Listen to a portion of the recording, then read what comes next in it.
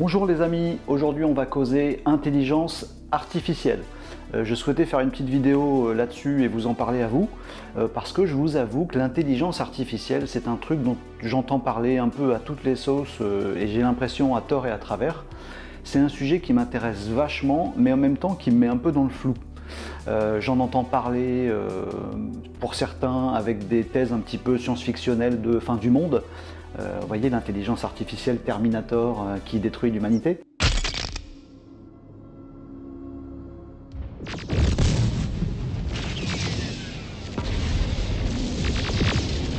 J'en entends parler aussi sur l'autre aspect, c'est-à-dire la machine au service de l'humain, aider les populations en difficulté, des robots qui vous permettent de dialoguer, de faire tout un tas de tâches ingrates pour l'homme. After a long day of Turing tests, you gotta unwind.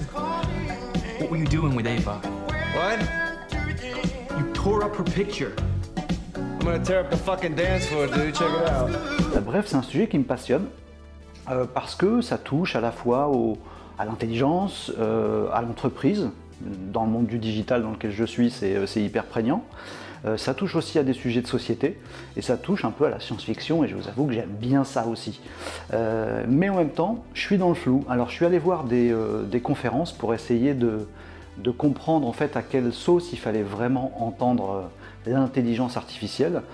Parce que j'avais l'impression qu'il y avait plusieurs choses dont on parlait dans l'intelligence artificielle et ça me mettait un peu l'esprit en vrac. Je suis allé voir une conférence super intéressante, je vais manger des TED et des vidéos et des conférences, etc. Mais pour comprendre les choses, je me suis dit quoi de mieux qu'un bon petit échange avec vous.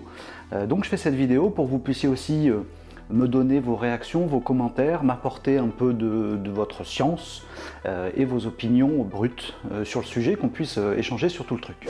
Alors ce que j'en pense pour l'instant, c'est que dans ce qu'on appelle l'intelligence artificielle, il y a différents sous-ensembles. L'intelligence artificielle, ça a l'air d'être un truc qui regroupe des tas de choses et dans lesquelles il faut faire un petit peu de tri. Parce qu'en effet, souvent j'entends le terme intelligence artificielle, je vois le truc dont on parle et je me dis mais il n'y a rien d'intelligent dans ce bazar. Donc je me suis un peu accroché au terme, au mot intelligence artificielle. Vous avez vu, j'ai mis mon plus beau t-shirt avec une phrase de Stephen Hawking qui nous donne sa définition de l'intelligence. Et bien clairement, s'adapter au changement, je ne suis pas sûr qu'il y ait aujourd'hui beaucoup de machines qui soient capables de le faire.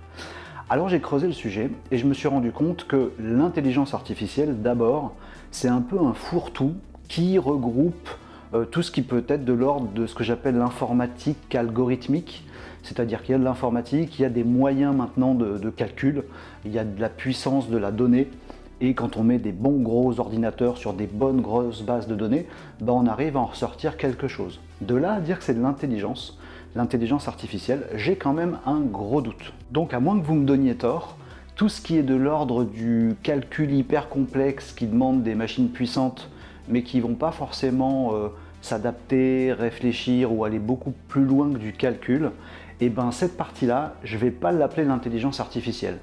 J'ai pas de nom pour le dire, pour moi c'est de l'informatique standard, mais pour moi tout ce genre de choses, c'est pas de l'intelligence artificielle. Pourtant il y a plein de trucs dans ce genre-là auxquels on colle l'étiquette intelligence artificielle. Exit cette partie-là, elle m'intéresse pas top. Ensuite on a un sous-ensemble de ce truc-là qui m'intéresse déjà vachement plus. Et je suis allé suivre quelques confs et en fait j'ai cru comprendre que ce sous-ensemble qui m'intéresse là s'appelle le machine learning. Alors j'aime bien l'English bashing, là on est en plein dedans avec le machine learning. Donc en gros la machine qui apprend. Sur ce sous-ensemble là, si j'ai bien compris le truc, il s'agit d'avoir un bon paquet de données à exploiter et il s'agit d'avoir une machine qui va précalculer, souvent statistiquement, les choses qui peuvent arriver à ces données-là, et en fonction de ça, en retirer une certaine science. Alors je ne vais pas dire un savoir, je ne vais pas dire une intelligence, mais je vais en dire une certaine science. Donc ces ordinateurs arrivent à compiler des données avec leur puissance de calcul pour essayer de prédire un peu ce qui va se passer. Je crois que c'est le cas des ordis qui ont battu les premiers joueurs d'échecs il y a plusieurs années de ça, En fait, ils ne le faisaient pas parce qu'ils étaient plus malins ou qu'ils faisaient des coups un peu plus tordus, mais ils le faisaient parce qu'en fait, ils calculaient toutes les probabilités de coups et en fonction de ça, pouvaient agir ou réagir en tenant compte de toutes les possibilités qui s'ouvraient à eux dans le jeu d'échecs actuel qu'ils avaient sous les yeux. C'est pour moi un début d'intelligence artificielle, je veux bien le comprendre, mais encore une fois, pour moi, je suis un peu un psychopathe des mots et les mots ont leur importance et j'appelle pas ça de l'intelligence artificielle. Ok pour dire machine learning, un de ces quatre on inventera un mot français pour parler de ça. Donc l'apprentissage d'une machine, je prends plein de données, je les calcule à donf et du coup je suis capable de prédire un petit peu ce qui va se passer. Ok, c'est un sous-ensemble de l'intelligence artificielle qui là commence à m'intéresser un petit peu. Ce truc-là, pour moi qui aime bien les images, ça s'apparente à C3PO dans Star Wars.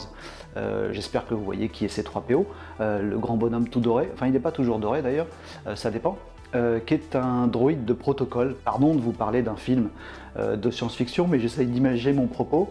C3PO, c'est un robot qui sait plein de trucs, qui comprend plein de langues, qui peut vous aider à traduire plein de choses. Il a plein de données, il les a exercées, il a fait plein de calculs, du coup il sait parler je sais pas combien de dizaines de milliers de dialectes dans le film, peu importe, c'est C3PO.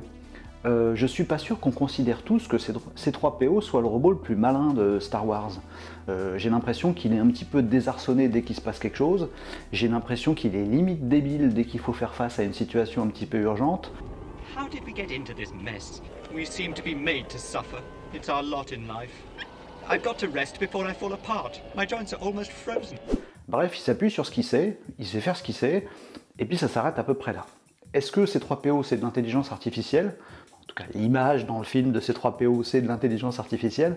Et bien pour moi, non, je le trouve un peu débile. Alors, que ce soit clair, le truc m'intéresse vachement. Hein. Si vous avez un C3PO dans votre garage, dont vous voulez vous débarrasser, je prends, ça m'éclate vachement. Mais pour moi, ça, on va le ranger dans ce sous-ensemble de machine learning, et c'est pas à proprement parler de l'intelligence artificielle, même si c'est un début de quelque chose. Bon, mon exemple est caricatural parce que C3PO, il parle, c'est un droïde de protocole, et pour parler, il faut quand même une certaine intelligence. Certes. Bon, maintenant, j'ai l'impression qu'il s'exprime souvent comme un débile, ou en tout cas, c'est vécu comme ça par nous, spectateurs. Voilà, je range C3PO. Si vous en avez un à me filer, je le prends, mais il ne m'intéresse pas en termes d'intelligence artificielle. Par contre, il y en a un qui m'intéresse beaucoup, c'est lui là, c'est R2-D2. Dans le même film, et puis ça rejoint l'allégorie de R2-D2 dont je voulais vous parler. Pour moi, ça c'est de la vraie intelligence artificielle. Je vais vous le sortir, mon R2-D2, bougez pas. Il est beau, non? C'est pas le vrai, hein, on est d'accord? Celui-ci est en Lego. Bon, voilà, et je le garde celui-là. Là, c'est le mien et je le prête pas. Donc, l'image de R2-D2 dans Star Wars, celui-là, il m'intéresse vachement plus en termes d'intelligence artificielle. Pourquoi? Alors pas forcément parce qu'il a une forme marrante, rigolote et qui fait des petits tweets. Ceci dit, j'y reviendrai parce que je pense que ça a son importance qu'il ait une forme rigolote et qu'il soit tout petit. Le dernier robot de la série s'appelle BB-8 et il est un peu sur le même principe, même si c'est pas le même. Il est super chou, il est super mignon, il fait des bip bip rigolos.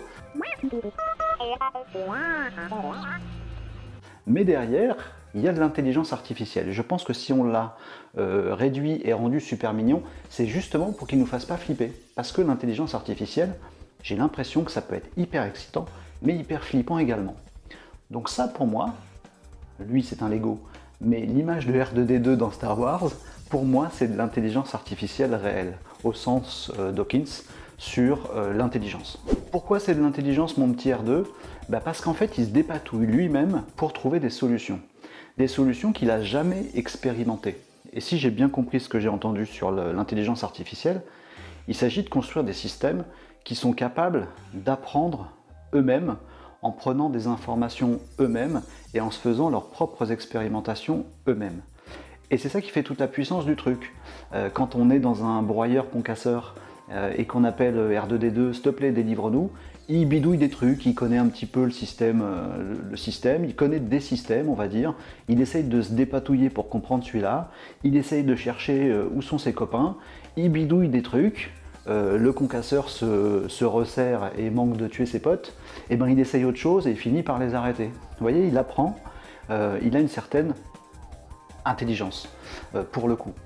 C'est un robot et il prend ses propres décisions, ou en tout cas il invente ses propres décisions, ou ses propres actions en fonction de ce qui se passe. Alors qu'il les a jamais vécues avant. C'est pas des statistiques, c'est pas de l'algorithme, là pour le coup c'est de l'intelligence. Est-ce qu'on a ce genre de machine aujourd'hui dans notre monde réel, en dehors des salles de cinéma? Je pense pas. Mais c'est exactement ce petit sous-ensemble-là de l'intelligence artificielle qui, pour moi, est vraiment de l'intelligence et qui m'intéresse vachement et qui est un peu flippant également. Pourquoi je trouve ça flippant? Parce que le petit bonhomme là, il a l'air d'avoir son libre arbitre. Alors heureusement qu'il l'a rangé dans le côté des gentils, mais j'ose pas imaginer ce qui se serait passé s'il était dans le camp des méchants. Et puis d'ailleurs, gentil, méchant, ça veut dire quoi? Ça doit dépendre de la personne qui a programmé le petit R2. Est-ce que ce petit robot, il a une notion du bien, du mal? Parce que s'il fait ses choix, il a son libre arbitre, et du coup, il doit être capable, parce qu'il a appris à penser ou à être intelligent par lui-même, il doit être capable de faire des choix sur la morale. Est-ce qu'il va vers le bien? Est-ce qu'il va vers le mal? Bon, lui, il est tout mignon, il va vers le bien. Mais même si on se dit qu'il va vers le bien, est-ce qu'il va vers le bien d'une seule personne, son maître ou son créateur? Ou est-ce qu'il va vers le bien général d'une population, ou le bien de l'humanité, qui peut être contraire au bien de son créateur ou de son propriétaire? Là, on commence à rentrer dans des considérations un peu philosophiques, qui me plaisent aussi beaucoup. Et je pense que c'est ça, la part de flippant dans l'intelligence artificielle, c'est d'en arriver à des machines qui pensent par elles-mêmes. Est-ce qu'elles vont penser mieux ou moins bien que nous, ou est-ce que tout simplement elles vont penser aussi mal que nous? Est-ce qu'on a des bons penseurs, on a des mauvais penseurs? Demain, on aura peut-être des bonnes intelligences artificielles et des mauvaises intelligences artificielles? J'en sais rien. Mais en tout cas, pour revenir à mon débat, dans l'intelligence artificielle, il y a du calcul algorithmique pas intelligent, il y a du machine learning. Là, pour le coup, ça commence à devenir statistiquement ou algorithmiquement malin. Et puis, il y a ce dernier sous-ensemble d'intelligence artificielle, où là il y a du choix, où là il y a de l'apprentissage, on peut dire aussi je crois deep learning si je ne me trompe pas, qui font que ces petites machines, ces robots, ont presque une conscience, ou en tout cas doivent avoir une morale pour encadrer leur libre arbitre. De là à dire qu'ils ont une conscience, je suis sur un terrain glissant, et si je vous demande s'ils ont une âme ou pas, on est sur un terrain philosophique encore plus dérapant. Voilà pour ma vision des choses. Je suis très curieux de savoir ce que vous en pensez. Déjà, si vous avez la même lecture que moi, peut-être que vous pensez que l'intelligence artificielle, c'est tout ce que je vous ai indiqué, sans distinction. Peut-être que vous faites le même découpage que moi. Peut-être que vous avez un intérêt sur tout ou partie de ce que je viens de vous raconter. Quoi qu'il en soit, ça m'intéresse vachement que vous me donniez vos avis. Et j'ai envie de dire cette fois-ci, plus que vos avis, j'aimerais beaucoup que vous puissiez vous abonner à ma chaîne et me laisser des commentaires pour aussi me donner des sources d'informations de tous ordres, même science-fictionnelles, je prends des sources d'informations si vous en avez, pour m'éduquer, pour réfléchir, pour avoir plein d'informations et pour avoir mon intelligence humaine à moi. Ce serait sympa de m'abreuver de data. Et puis mon cerveau essaiera de compiler ce qu'il pourra. On échange, on apprend ensemble. Je pense que c'est ça le principe de la vie, du social et de l'humanité. Donc faisons ça, échangeons ensemble, j'en serais vraiment ravi. Et essayons de nous faire notre opinion sur l'intelligence artificielle, sur ce sujet hyper kiffant, hyper flippant aussi, mais très intéressant pour nous tous. Abonnez-vous à ma chaîne, laissez-moi des petits liens pour m'alimenter, et puis peut-être qu'on refera une vidéo sur le sujet. Quoi qu'il en soit, je vais ranger pour l'instant mon petit R2D2 qui n'est malheureusement qu'un Lego sans intelligence artificielle, et je vous dis à très bientôt pour de nouvelles réflexions et de nouvelles aventures. Salut les amis, salut R2D2.